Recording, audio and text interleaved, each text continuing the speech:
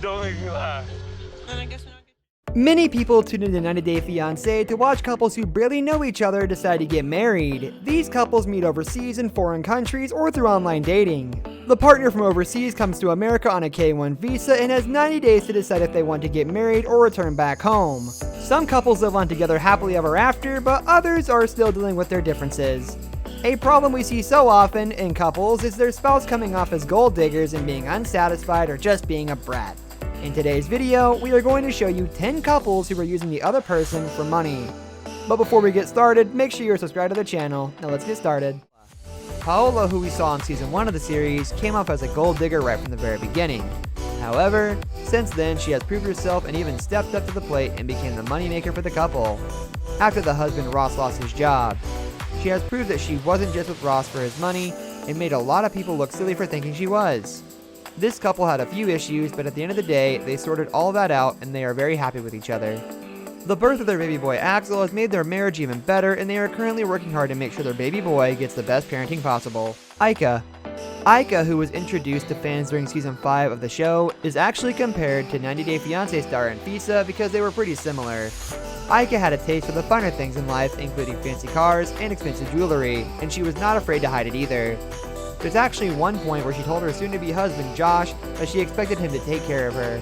The reason behind saying this was because she left the Philippines to marry him, so she expects him to take care of her, because she left everything behind for him.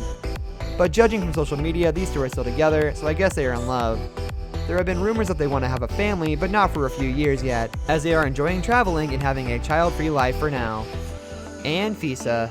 Of course we had the OG gold digger herself, Anfisa. Out of everybody in the show, she didn't turn things around and people thought she was a gold digger through and through right until the very end of her episode. She would not apologize for being the way she was, and she wanted everyone to know that all she cared about was money. I guess you could say that it's good that she was so upfront and honest about her expectations of her husband Jorge, but it was horrible to say the least. She admitted many times that she was only with Jorge because of his money, and he even said that he was only with her because of her looks. It really was not a great relationship at all. Daya, who appeared on season 2 of 90 Day Fiance and documented her journey of traveling from the Philippines to the United States to marry Brett. Brett's mother was very overprotective because she felt like Daya was just using her son to get a green card, and viewers thought that as well. They also thought all she wanted was his money. However, it seems like that was not the case at all, as the couple is still happily married. But before all of this, Brett's mother went as far as to not even attend their wedding to show how much she didn't approve of their relationship. So you know she didn't like Daya at all.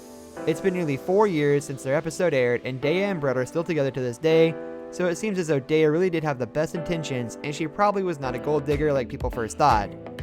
We don't really know how Daya and her in-laws get along, but I hope they warmed up to her after all this time. She has proven that she does love Brett after all. Annie appeared on season 5 of 90 Day Fiance. Many people were very skeptical about her when she met David because she seemed a little bit fishy. When she and David were first married, they faced a few issues, one of them being David having no job and no money. This made Annie believe that she was lied to and she wasn't going to get the life she thought she was going to have.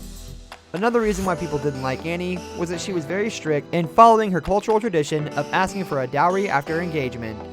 It really did seem like all she cared about was money and gifts. As well as this, she would constantly have to go at David and tell him that he shouldn't be spending money on his children because she felt like she should be getting all the money. And David's best friend even offered Annie $10,000 to go back to Thailand after the wedding during the tell-all special. But she refused to take the money, showing that she was in love and was not a gold digger.